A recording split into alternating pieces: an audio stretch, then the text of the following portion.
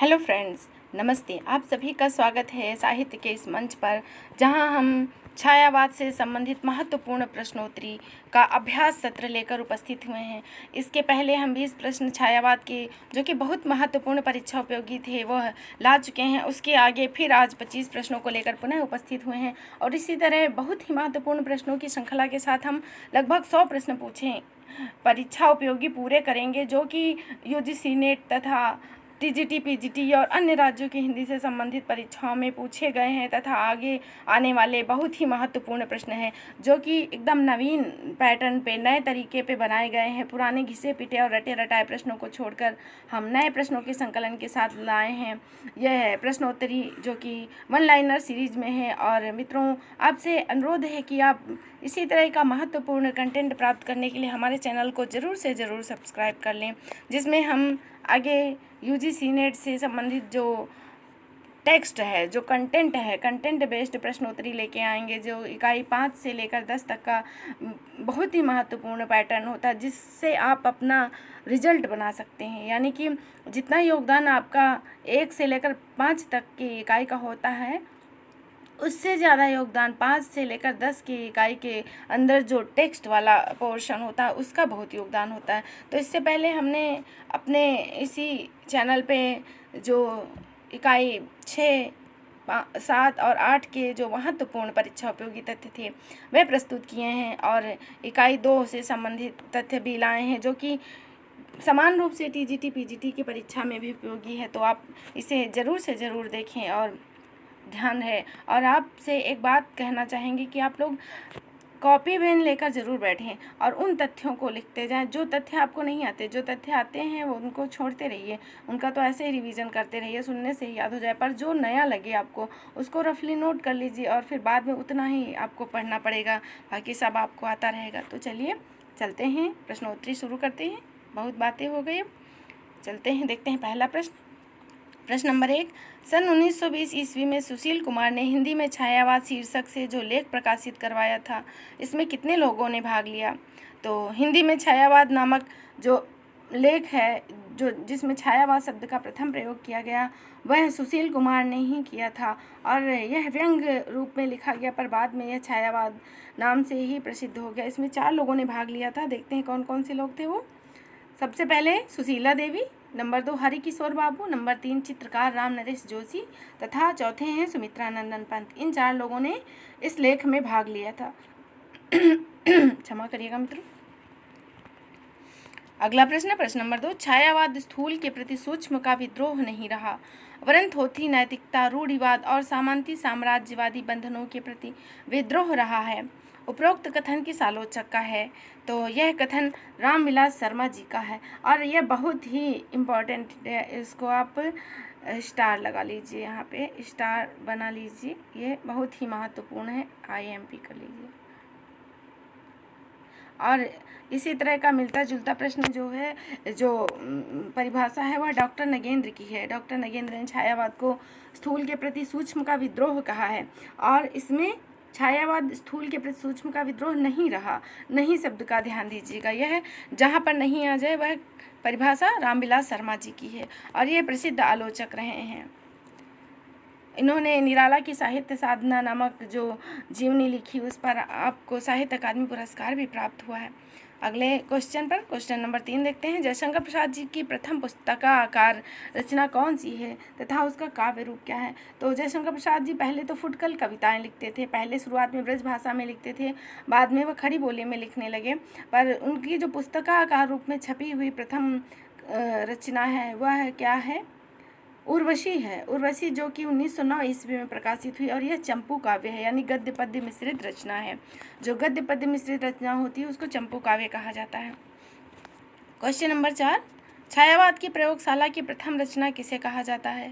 तो देखते हैं किसे कहा जाता है छायावाद की प्रयोगशाला की प्रथम रचना। तो जयशंकर प्रसाद जी द्वारा रचित झरना, जो कि छायावाद की प्रथम प्रयोगशाला भी कहा जाता है इसको, झरना को। तो झरना याद रखिएगा। अगला प्रश्न, प्रश्न नंबर 5, तुलसीदास, कुकुरमुत्ता तथा राम की शक्ति पूजा जैसी लंबी कविताएं छायावाद के किस कवि की हैं? तो तुलसीदास, कुकुरमुत्ता तथा राम की शक्ति पूजा जैसी लंबी कविताएं छायावाद के महेश के नाम से विख्यात सूर्यकांत त्रिपाठी निराला जी की है, जिनको ओज और औदात्य का कवि भी कहा जाता है। और यह कवि अपनी ज़िंदगी में हमेशा ही विरोधों और व्याघातों को झेलता रहा और अपने जीवन में इनको कोई पुरस्कार नहीं मिला, पर बाद में इन्हीं की जीवनी लिखकर रामविलास शर्मा जी को साहित्य अकादमी पुरस्कार प्राप्त हुआ। और आपका जो सरोज स्मृति काव्य है वह बहुत ही अद्वितीय और निराला है, जिसमें आपने अपनी बेटी के निधन के बाद, अपनी पुत्री सरोज के निधन के बाद उसके याद में यह ग्रंथ लिखा है। और यह हिंदी में शोक गीत का प्रथम ग्रंथ है और अपने आप में अद्वितीय ग्रंथ है और ये यूजीसी नेट के पाठ्यक्रम में भी है। तो कुछ अंश इसके हैं, तो आप उन्हें अवश्य ही पढ़िएगा, बहुत ही मर्मस्पर्शी है। अगला प्रश्न, प्रश्न नंबर 6, राम की शक्ति पूजा नामक रचना का उपजीव्य ग्रंथ कौन सा है? यहाँ पे आधा वाह होना चाहिए, उपजीव्य, ये आधा वाह बनेगा, ये लाइन हटा दीजिए। उपजीव्य ग्रंथ कौन सा है? तो राम की शक्ति पूजा नामक रचना का उपजीव्य ग्रंथ बंगला भाषा में लिखा कृतिवास रामायण है। कृतिवास रामायण में ही यह दर्शाया गया है कि राम की जो रावण की विजय हो रही है राम के ऊपर, उसमें शक्ति का ही हाथ है और बाद में राम ने भी शक्ति की उपासना करके रावण के ऊपर विजय प्राप्त की। यह मुख्य रूप से कृतिवास रामायण के ऊपर आधारित रचना है। राम की शक्ति पूजा इनकी एक प्रबंधात्मक रचना है। कुछ विद्वान इसको लंबी कविता मानते हैं, कुछ इसको प्रबंधात्मक रचना मानते हैं। महाकाव्य की श्रेणी में भी इसको रखा जाता है, परंतु इसमें विवाद है, तो इसलिए इसको लंबी कविता ही माना जाता है। और जो सूर्यकांत त्रिपाठी निराला है, यह छायावाद के महेश कहलाते हैं और यह अद्वैतवाद से प्रेरित कवि हैं। और राम की शक्ति पूजा आपकी बहुत ही महत्वपूर्ण रचना है। और राम की शक्ति पूजा अनामिका के द्वितीय संस्करण में संग्रहित है। द्वितीय संस्करण 1938 में आया और राम की शक्ति पूजा नामक जो कविता है, जो काव्य है, इनका 1936 में आया। और सबसे पहले अनामिका का प्रथम संस्करण 1923 ईस्वी में आया था और उसका द्वितीय संस्करण 1938 ईस्वी में आया था। इसमें कुल 7 कविताएं संग्रहित हैं, 7 कविताएं, जिसमें से सरोज स्मृति, सम्राट एडवर्ड के प्रति, प्रेयसी, राम की शक्ति पूजा, रेखा, तोड़ती पत्थर और यही सच है। यह द्वितीय संस्करण में जो द्वितीय संस्करण अनामिका का आया था, उसमें यह 7 कविताएं या रचनाएं संग्रहित हैं। चलते हैं अगले प्रश्न पर। तो मित्रों, यहाँ पर केवल प्रश्न का उत्तर देना ही हमारा उद्देश्य नहीं है, उसके आसपास से जितने तथ्य बनते हैं उन सबको भी जानना चाहिए। और यह बहुत महत्वपूर्ण व्याख्यात्मक अध्ययन है, जो कि वन लाइनर सीरीज में एक एक प्रश्न के अंदर कई कई प्रश्नों का समावेश हो रहा है। चलते हैं अगले प्रश्न पर। प्रश्न नंबर 7, सुमित्रानंदन पंत की रचना लोकायतन महाकाव्य किसके जीवन पर आधारित है? तो सुमित्रानंदन पंत जी की रचना लोकायतन महात्मा गांधी के जीवन पर आधारित है और आपको साहित्य अकादमी पुरस्कार भी प्राप्त हुआ है और ज्ञानपीठ पुरस्कार भी प्राप्त हुआ है। आपको सोवियत लैंड नेहरू पुरस्कार भी प्राप्त हुआ है। आप छायावाद के विष्णु कहे जाते हैं और आप अपने जीवन में आपने बहुत ही बेहतरीन कविताएं लिखी। आपको प्रकृति का सुकुमार कवि भी कहा जाता है और आपने लोकायतन नामक महाकाव्य महात्मा गांधी जी के जीवन पर आधारित करके लिखा। अगला प्रश्न देखते हैं। और हाँ, महत्वपूर्ण तथ्य आपके बारे में कि आपका बचपन का नाम गोसाई दत्त था और आपने बाद में स्वयं सुमित्रानंदन पंत अपना नाम लिखा और सुमित्रा आपकी माता का नाम था। आपके जन्म के समय आपकी माता का निधन हो जाता है, तो अपनी माँ की याद के लिए या माँ से विशेष स्नेह के कारण आपने अपना नाम स्वयं सुमित्रानंदन पंत रख लिया। चलते हैं अगले प्रश्न पर। प्रश्न नंबर 8, विद्वानों ने सुमित्रानंदन पंत के काव्य को कितने चरणों में बांटा है? तो यह बहुत ही महत्वपूर्ण तथ्य है। विद्वानों ने सुमित्रानंदन पंत के काव्य को 4 चरणों में बांटा है और सुमित्रानंदन पंत का जन्म कौसानी अल्मोड़ा के प्राकृतिक स्थल में हुआ और आप बाद में आपकी कर्मस्थली इलाहाबाद हुई। और आपकी प्रथम रचना गिरजे का घंटा है, जो कि 1916 ईस्वी में प्रकाशित हुई। जन्म आपका 1900 में हुआ और आपकी कविता को, आपकी रचनाओं को विद्वानों ने 4 चरणों में बांटा है, जो कि निम्नलिखित है। पहला है छायावादी काव्य। सबसे पहले आपने छायावादी काव्य लिखे। उसके बाद आए प्रगतिवादी चरण पे, फिर आपकी रचनाओं में प्रगतिवादी चेतना आ गई। उसके बाद अंतस चेतनावादी काव्य आपने लिखा, जिसमें से स्वर्ण धूलि, स्वर्ण किरण, युग पथ जैसी रचनाएं लिखी जो कि अंतस चेतनावादी काव्यों से प्रेरित थे। उसके बाद आपने नव मानवतावादी काव्य लिखा। नव मानवतावादी काव्य में आपने लगभग सन 1949 के लगभग आपने जो काव्य रचनाएं की वह नव मानवतावादी काव्य के अंतर्गत आती हैं, जैसे उत्तरा, कला और बूढ़ा चांद, अतिमा, लोकायतन और चिदम्बरा जैसी रचनाएं आपने जो लिखी वह नव मानवतावादी काव्य के अंतर्गत आती हैं। चलते हैं अगला प्रश्न देखते हैं। अगला प्रश्न है प्रश्न नंबर 9। प्रेयसी, रेखा, सच है तथा तोड़ती पत्थर जैसी कविताएं किस छायावादी कवि की हैं? यहाँ सा रह गया, सा छूट गया है, सा इसको हम लिख लेते हैं। किस छायावादी कवि की रचनाएं हैं?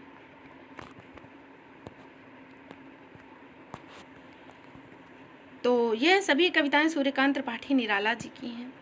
चलते हैं अगले प्रश्न पर। प्रश्न नंबर 10। महादेवी वर्मा जी को ज्ञानपीठ पुरस्कार किस कृति पर और कब प्राप्त हुआ? तो महादेवी वर्मा जी जो कि छायावाद की शक्ति कही जाती हैं, आधुनिक युग की मीरा कही जाती हैं तथा वियोग की कवयित्री हैं। आप मूल रूप से आपका जो ज्ञानपीठ पुरस्कार आपको प्राप्त हुआ है वह प्राप्त हुआ है आपको 82 ईस्वी में। आपके महादेवी वर्मा जी को उनके यामा नामक काव्य संकलन पर 1982 ईस्वी में ज्ञानपीठ पुरस्कार प्राप्त हुआ। इस प्रश्न को हमने अपने पहले वाली प्रश्नोत्तरी में भी रखा था, पर वहाँ पर इसका कुछ इसमें मिस्टेक हो गई थी, इसलिए हमने दोबारा इसको यहाँ पर स्थान दे दिया और यहाँ हमने इसका सही व्याख्यात्मक रूप बताया है आपको। ज्ञानपीठ पुरस्कार आपको प्राप्त हुआ था 1982 ईस्वी में यामा नामक कृति पर। यामा नामक कृति आपकी कुछ कविताओं का संकलन है, जिसमें निहार, रश्मि, नीरजा और सांध्य गीत के गीतों का संकलन किया गया है। इस पर आपको ज्ञानपीठ पुरस्कार 1982 ईस्वी में प्राप्त हुआ और आपका निधन हुआ है 1987 ईस्वी में। यानी कि मैंने उसमें कह दिया था कि वो आपको मरणोपरांत प्राप्त हुआ, पर यह तथ्य थोड़ा भ्रामक हो गया था। आपको अपने जीवित रहते ही यह प्राप्त हो गया था, पर आपकी कृति को प्रकाशित होने के लगभग 20-30 वर्षों के बाद यह प्राप्त हुआ है पुरस्कार, काफ़ी समय के बाद। और आपका जन्म हुआ था 1907 ईस्वी में। और हमें लगता है कि छायावाद की जो चतुष्टयी है उसमें सबसे लंबा जीवन काल महादेवी वर्मा जी का ही था। अगला प्रश्न नंबर देखते हैं 11। प्रभा पत्रिका में प्रकाशित भावों की भिड़ंत शीर्षक लेख में किस छायावादी कवि की कविताओं को रविंद्रनाथ ठाकुर की नकल कहा गया है? तो भावों की भिड़ंत शीर्षक लेख में सूर्यकांत त्रिपाठी निराला जी की कविताओं को रविंद्रनाथ ठाकुर की कविताओं की नकल कहा गया है। अगला प्रश्न, महादेवी वर्मा की किस रचना में ऋग्वेद के मंत्रों का हिंदी काव्य अनुवाद संकलित किया गया है? तो यह रचना है सप्तपर्णा जो कि 1960 ईस्वी में प्रकाशित हुई थी। महादेवी वर्मा जी की रचना, इसमें ऋग्वेद के मंत्रों का काव्य अनुवाद संकलित है। देखते हैं अगला प्रश्न नंबर 13। राका, मानसी, विसर्जन, अमृत और विष जैसी रचनाओं के लेखक कौन है? तो राका, मानसी, विसर्जन और अमृत और विष जैसी रचनाओं के लेखक उदय शंकर भट्ट जी हैं। उदय शंकर भट्ट जी भी अन्य छायावादी कवियों के अंतर्गत सम्मिलित किए जाते हैं। उदय शंकर भट्ट जी का जन्म हुआ था 1898 ईस्वी में और आपका निधन हुआ है 1966 ईस्वी में। और यह आपकी बहुत ही महत्वपूर्ण रचनाएं हैं। राका, मानसी, विसर्जन, अमृत और विष तथा कल्पना, युगदीप जैसी रचनाएं यह उदय शंकर भट्ट जी की बहुत ही महत्वपूर्ण रचनाएं रही हैं। अगला प्रश्न देखते हैं। रूपरास, निशीथ, आकाश गंगा जैसी कविताओं के लेखक कौन से कवि थे? तो डॉक्टर राम कुमार वर्मा को भी छायावाद के अंतर्गत ही स्थान मिलता है। और डॉक्टर राम कुमार वर्मा जी का जन्म समय है 1905 ईस्वी और आपका निधन है 1990 ईस्वी। और यह रचनाएं रूपरास, निशीथ, आकाश गंगा जैसी रचनाएं डॉक्टर राम कुमार वर्मा की हैं। और डॉक्टर राम कुमार वर्मा जी ने अपना जो हिंदी साहित्य का इतिहास लिखा है वह बहुत ही उसमें बहुत महत्वपूर्ण तथ्यों का उल्लेख किया गया और आप काफ़ी प्रसिद्ध रहे हैं। वैसे आप ऐतिहासिक कहानीकार, नाटककार के रूप में विशेष प्रसिद्ध रहे हैं। आपने एकांकियाँ भी बहुत महत्वपूर्ण लिखी हैं। चलते हैं अगले प्रश्न पर। प्रश्न नंबर 15। गोपाल सिंह नेपाली की प्रमुख रचनाएं कौन सी हैं? तो गोपाल सिंह नेपाली की प्रमुख रचना है रागिनी, पंछी रागिनी तथा उमंग जैसी रचनाएं गोपाल सिंह नेपाली की हैं। चलते हैं अगले प्रश्न पर। प्रश्न नंबर 16, किस छायावादी कवि को संवेदनशील इंद्रिय बोध का कवि कहा जाता है? तो संवेदनशील इंद्रिय बोध का कवि कहा जाता है सुमित्रानंदन पंत जी को।